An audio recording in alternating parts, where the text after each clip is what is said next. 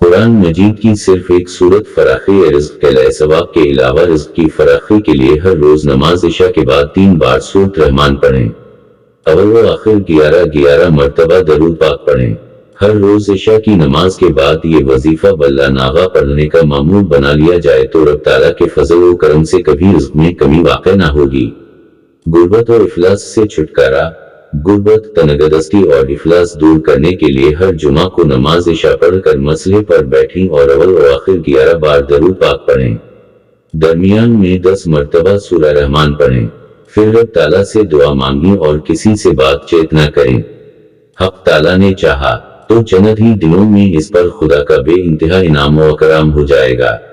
دکان میں ترقی کے لیے باوضو حالت میں 7 مرتبہ قرآن مجید کی صرف ایک سورہ رحمان شریف پڑھ کر اپنی دکان پر دم کریں۔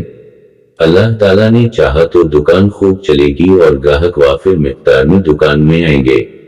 قرض سے نجات۔ جس کسی پر بہت زیادہ قرض واجب الادا ہو، وہ قرض ادا کرنے کی طاقت نہ رکھتا ہو تو اسے چاہیے کہ وہ ہر نماز کے بعد اول 11 مرتبہ درود پاک پڑھے، پھر 11 بار سورہ رحمان قرآن مجید کی صرف ایک پڑھے، پڑھنے کے بعد پھر 11 مرتبہ درود پاک پڑھے۔